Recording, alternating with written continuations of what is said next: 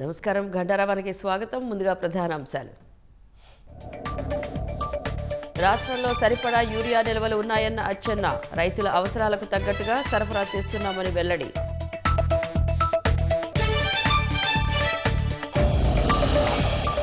ప్రజలకు మెరుగైన వైద్యం అందించడమే లక్ష్యమన్న గొట్టిపాటి. కొత్త హెల్త్ ఇన్సూరెన్స్ పాలసీ మైలురాయిగా నిలిచిపోతుందని వెల్లడి.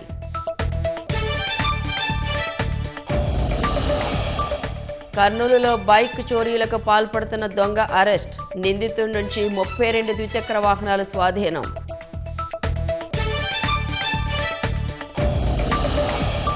శ్రీశైలం ప్రాజెక్టుకు క్రమంగా పెరుగుతున్న వరద.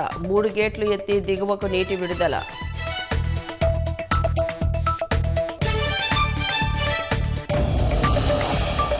నేటి నుంచి ఈశాన్య రాష్ట్రాల్లో ప్రధాని పర్యటన. మిజోరంలో బైరాబీ సైరాంగ్ రైల్వే లైన్ జాతికి అంకితం.